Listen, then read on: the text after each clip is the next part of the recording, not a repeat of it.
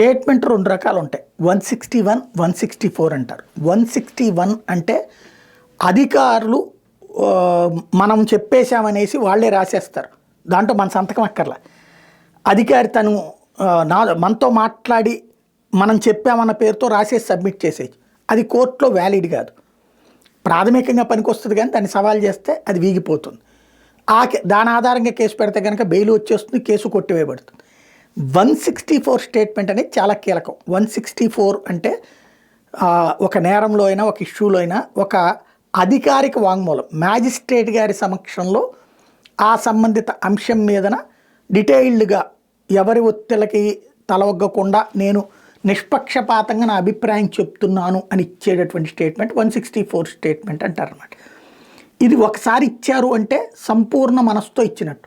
దాన్ని మళ్ళీ తిప్పి ఇవ్వడము అంటే అది ద్రోహం అవుతుంది. లేదంటే కనుక ఆ అధికారి కంట్రోల్ లేనటువంటి వాడు అవుతాడు. ఇప్పుడు ఐఏఎస్ శ్రీధర్ పరిస్థితి అదే. తెలుగుదేశం ప్రభుత్వం మీద ఆరోపణలకు సంబంధించినటువంటి అంశాలలో అతను 164 స్టేట్మెంట్ ఇచ్చేశారు. దాని ఆధారం కేసులు నమోదే, విచారణ కూడా జరిగింది. ఇప్పుడు అవి తప్పని చెప్పి అప్పుడు ఒత్తిళ్ల మేరకు నేను చెప్పానన్నటువంటి మరొక స్టేట్మెంట్ ఏదైతే ఉందో అది ఇప్పుడు తాజా రిజిస్ట్రేషన్. అంటే ఇప్పుడు అతని స్టేట్మెంట్ అతనే కాంట్రడిక్ట్ చేసుకోడు. కెరీర్లో మైనస్ పడుతుంది, అతనికి చాలా ఇబ్బందులు ఎదురవుతాయి. అదే సమయంలో ఏ అధికారి అయినా సరే ఒక స్టేట్మెంట్ ఒకసారి ఇచ్చే ముందు ఆలోచించుకోవాలి. అవసరమైతే ప్రభుత్వాన్ని ధిక్కరించవచ్చు, ఏం పీకేది ఏమీ లేదు. అయితే గీతే లైమ్ లైట్లో లేని ఒక సైడ్ లైట్ పొజిషన్స్ ఇస్తారు, అంతకు మించి పోయేదేం లేదు.